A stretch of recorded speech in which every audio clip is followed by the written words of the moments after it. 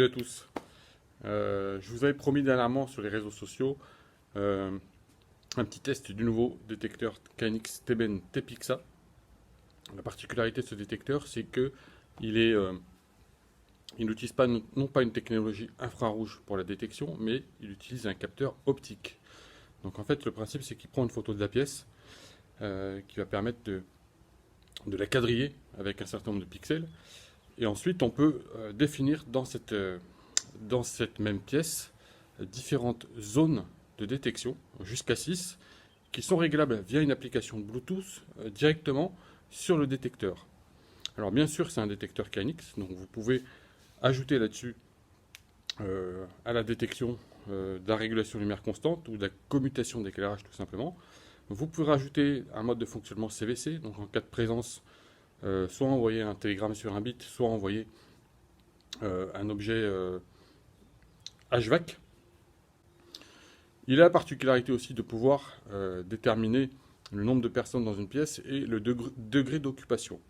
Donc tout ça, je vais vous le montrer dans l'application Bluetooth, et je vais vous montrer un petit peu comment se passe la détection sur ce nouveau détecteur, qui est plutôt intéressant pour moi. J'ai fait quelques tests. Il y a quelques réglages à faire pour que ça fonctionne vraiment bien. Mais une fois qu'on a compris le principe et qu'on a fait les premiers tests, je vous garantis que c'est plutôt pas mal. Et je pense que la nouvelle génération de détecteurs ferait bien de s'en inspirer, parce que du coup, là, en termes d'efficacité, on est quand même un cran au-dessus de ce qu'on pouvait trouver habituellement. Donc pour vous faire un petit topo, je suis dans la salle de formation et je vais changer. Non, je ne peux pas changer, il faut que je fasse dans une autre vidéo. Donc je vais le faire. Je vais me mettre sur la caméra de face de l'iPad et je vais vous montrer comment il est placé. Alors voici la salle de formation, pour ceux qui ne la connaissent pas. Les différents postes de travail et mon détecteur qui est placé juste ici. Donc comme je disais, le détecteur est placé juste ici, celui qui a l'œil ton noir, donc vous le voyez là. Alors le positionnement n'est pas optimal, hein, c'est du test, comme vous voyez j'ai le câble bus qui passe ici en volant, c'est pas du top de top. C'était juste pour tester le fonctionnement. Normalement ce détecteur, pour avoir une zone de détection qui soit optimale, il doit se placer entre 3 et 4,50 m. En gros là il est même pas à 2,50 m, comme vous le voyez, donc la zone de détection est vachement réduite. La zone de détection va d'ici. Ce bureau que j'ai appelé bureau showroom parce que c'est celui qui est à côté du showroom. Ça c'est le bureau formateur, parce que c'est le mien tout simplement. Et ça c'est celui que j'ai appelé bureau fenêtre. Alors pourquoi je vous le dis? Parce que vous allez retrouver ça dans l'application Bluetooth sur le téléphone. Donc je vais vous présenter à présent cette application Bluetooth que j'ai ici.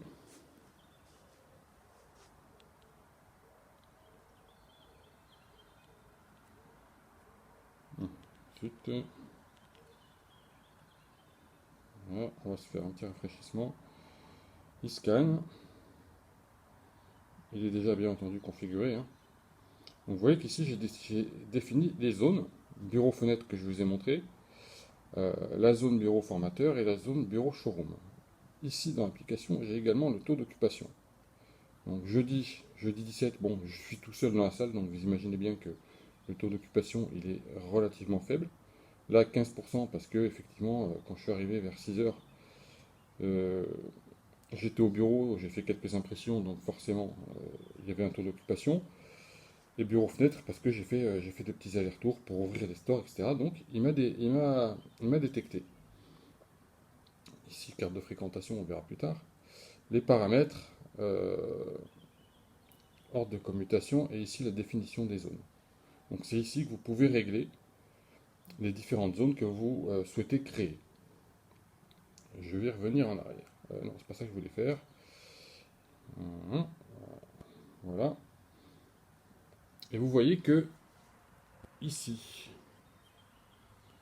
j'ai une suspension qui est au-dessus du bureau formateur et une autre qui est, bon, pas vraiment au-dessus du bureau fenêtre, mais en tout cas ces deux luminaires qui vont me servir de test à la détection. Donc, je vous représente l'application. là on est en live, ce que détectent les capteurs. Vous voyez le petit carré vert qui correspond à moi qui suis placé à l'entrée du bureau. Et à chaque fois que je me déplace, vous voyez que ça bouge. Avec carré vert désignant un mouvement et carré rouge désignant une présence. Euh, le mouvement et la présence peuvent être réglés différemment dans ETS, dans l'application ETS. Voilà, qu'est-ce qui se passe?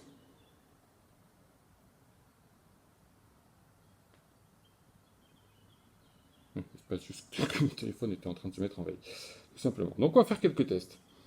Je vais me balader. Je ne suis pas dans les zones de détection. Showroom, il n'est pas utilisé. Là, je vais rentrer dans la zone de détection fenêtre. Paf, automatiquement, on a entendu le clic de détecteur avec la lampe qui s'est allumée. Jusque là, pas de problème. Donc il me détecte. Voilà, j'ai fixé à 10 secondes la temporisation. Il détecte qu'il y a une présence, donc forcément, pour l'instant, il n'éteint pas la lumière. Vous voyez que voilà, la lumière est ici.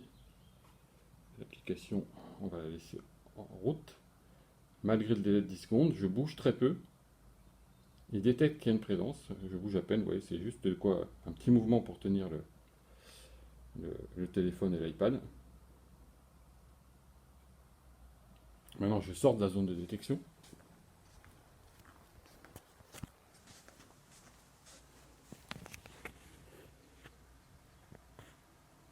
Donc, plus rien n'est détecté. Normalement, voilà, au bout de 10 secondes, il m'a bien éteint la lumière.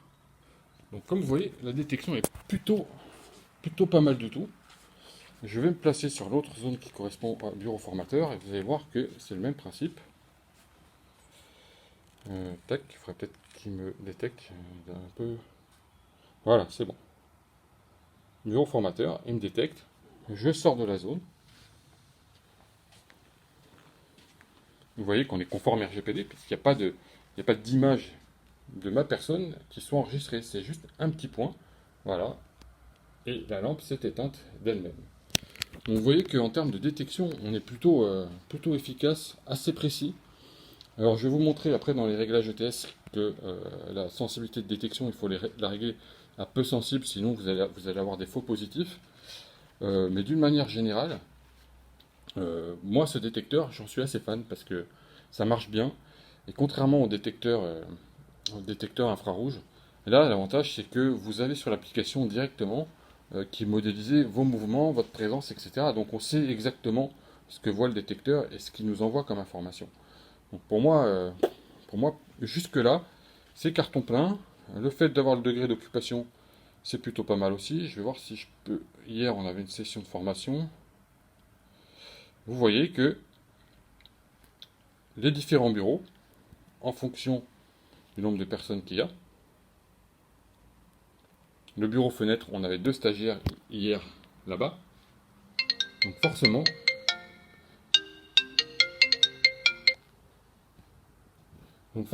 je vais reprendre le taux d'occupation.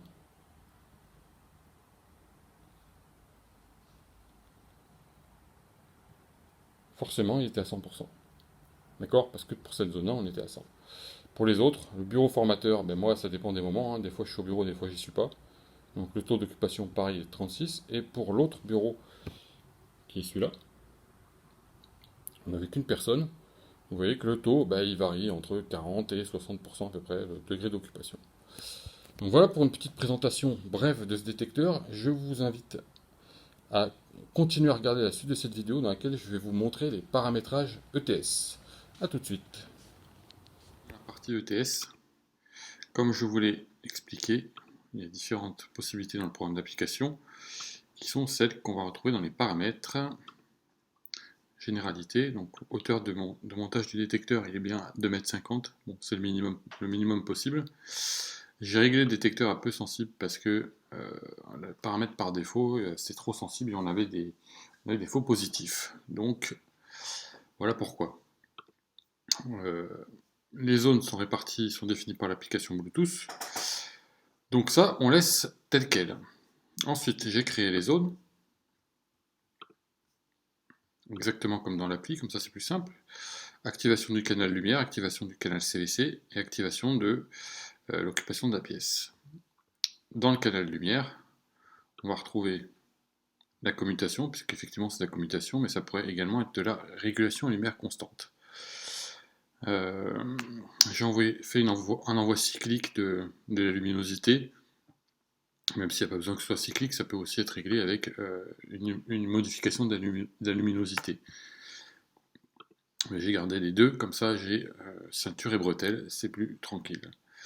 La valeur de commutation, 500 lux. Donc si je suis en dessous de 500 lux et qu'il y a présence, il allumera la lumière. La temporisation, on a un tampon entre mouvement et présence de 5 secondes, et ensuite j'ai mis une temporisation à l'extinction sur le mouvement et sur la présence qui est à 10 secondes pour pouvoir faire des tests qui soient plus rapides que les paramètres par défaut.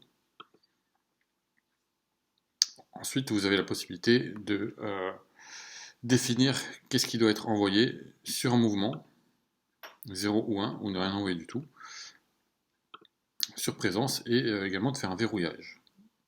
Sur la partie chauffage, vous avez le mode de télégramme qui va être envoyé, donc ça peut être soit un ordre de commutation, soit une valeur, soit un mode de fonctionnement.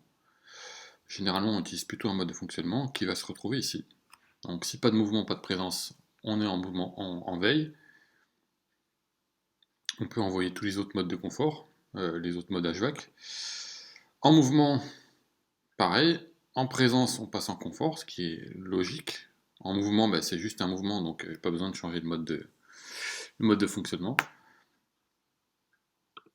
Pareil, les temporisations